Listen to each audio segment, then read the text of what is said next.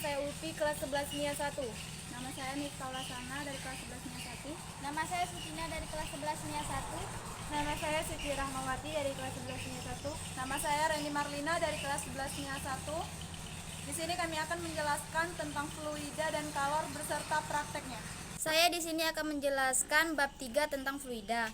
Fluida adalah zat yang dapat mengalir dan memberikan sedikit hambatan terhadap perubahan bentuk ketika ditekan.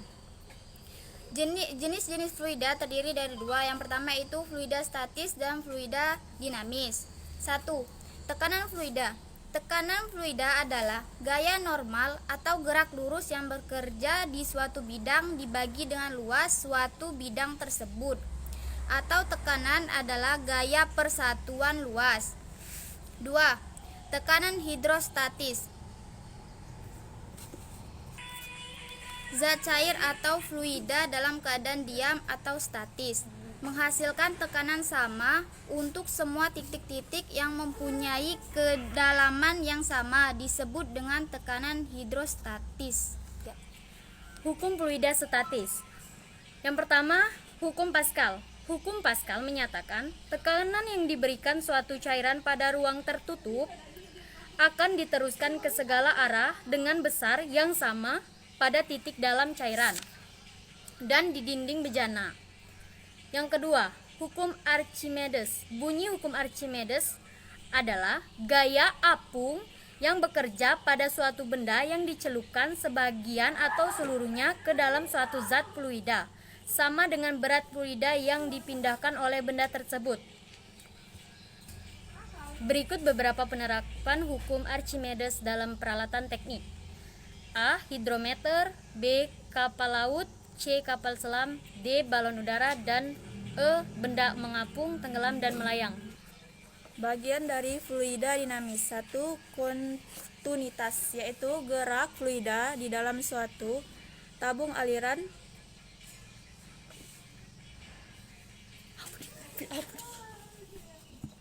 Gerak fluida di dalam suatu tabung aliran harusnya sejajar dengan dinding tabung. Meskipun besar, kecepatan fluida dapat berbeda dari satu titik ke titik lain di dalam tabung tersebut. Yang kedua, persamaan Bernoulli, yaitu persamaan Bernoulli menyatakan jumlah tekanan, energi kinetik, persatuan volume, dan energi potensial. Persatuan volume senilai sama pada setiap titik sepanjang garis lurus. Contoh fluida statis. Fluida statis adalah fluida yang tidak bergerak. Contohnya adalah air yang berada di gelas aqua. Air tersebut akan memenuhi ruang di dalam gelas dengan sendirinya tanpa memerlukan perubahan kondisi atau keadaan gelas. Yang kedua yaitu fluida dinamis. Fluida dinamis adalah fluida yang bergerak, contohnya adalah air yang keluar dari keran. Fenomena air yang menyembur keluar dari keran tangki air dinamakan dengan teorema Torricelli. Besar energi kinetik air yang menyembur keluar dari lubang tangki air sama dengan besar energi potensialnya. Dengan begitu, kecepatan air pada lubang penyembur sama dengan air yang jatuh bebas dari batas ketinggian air. Sehingga semakin besar perbedaan ketinggian lubang dengan batas ketinggian air, maka akan semakin cepat semburan airnya. Bab 4. Kalor dan perpindahan kalor. Pengertian kalor. Kalor adalah suatu bentuk energi panas yang dimiliki oleh suatu zat atau suatu bentuk energi yang berpindah dari benda bersuhu tinggi berbenda bersuhu rendah. Secara umum, untuk mengetahui adanya kalor yang dimiliki suatu benda yaitu dengan mengukur suatu suhu tersebut. Jika suhunya tinggi, kalor yang dikandung oleh benda sangat besar. Begitu pula sebaliknya, jika suhunya rendah, kalor yang dikandung sedikit. Sehingga besar kecilnya suatu kalor bergantung pada 3 faktor, yaitu sebagai berikut: A. Massa zat. B. Jenis zat dalam kurung kalor jenis. C. Perubahan suhu. 2. Kalor mengubah suhu zat. Adanya perpindahan kalor dapat mengubah suhu zat. Perubahan suhu akibat kalor tersebut bisa dari nilai kapasitas kalornya atau kalor jenis tersebut. Kapasitas kalor adalah banyaknya kalor yang diperlukan untuk menaikkan suhu benda tersebut 1 derajat Celcius atau 1 K. 3. Kalor mengubah wujud zat. Ada 3 jenis wujud zat, yaitu zat padat, zat cair, dan zat gas.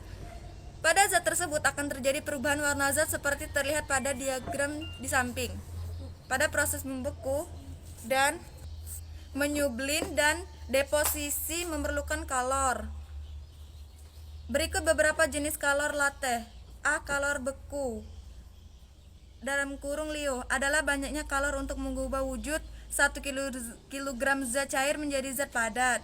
B. Kalor uap atau kalor (Lv) adalah banyaknya kalor yang diperlukan untuk mengubah wujud 1 kg zat cair menjadi gas. C. Kalor embun (Lu) adalah banyaknya kalor yang dilepaskan untuk mengubah 1 kg gas menjadi zat cair. D. Kalor lebur (L1) adalah banyaknya kalor yang diperlukan untuk mengubah wujud 1 kg zat padat menjadi zat cair. 4. Asas Black. Dalam perpindahan kalor berlaku hukum kekekalan energi. Menurut asas Black, jumlah kalor yang dilepaskan oleh benda lainnya (O2). Perpindahan kalor. Kalor dapat berpindah tempat. Kalor dapat berpindah tempat dengan 3 cara, yaitu konduksi atau hantaran, konveksi atau aliran, dan radiasi atau pancuran. 1. Konduksi (hantaran). Konduksi adalah perpindahan kalor melalui suatu zat tanpa disertai suatu perpindahan partikel-partikel. 2. Konveksi (aliran). Konveksi adalah perpindahan kalor pada suatu zat yang disertai perpindahan partikel-partikel zat tersebut atau proses perpindahan kalor yang dilakukan oleh pergerakan fluida. 3. Radiasi (pancaran). Radiasi adalah perpindahan kalor tanpa melalui zat perantara atau perpindahan energi kalor dalam bentuk gelombang elektromagnetik. Contoh kalor dalam kehidupan sehari-hari yaitu mendinginkan minuman ringan. Pada peristiwa mendinginkan minuman ringan, akhir dari proses ini adalah dicapainya kesetimbangan suhu di antara minuman ringan dengan uap air. Suhu minuman turun, sedangkan uap air mengembun. Akibatnya, minuman menjadi lebih dingin. Itulah hasil penjelasan dari kami. Wassalamualaikum warahmatullahi wabarakatuh.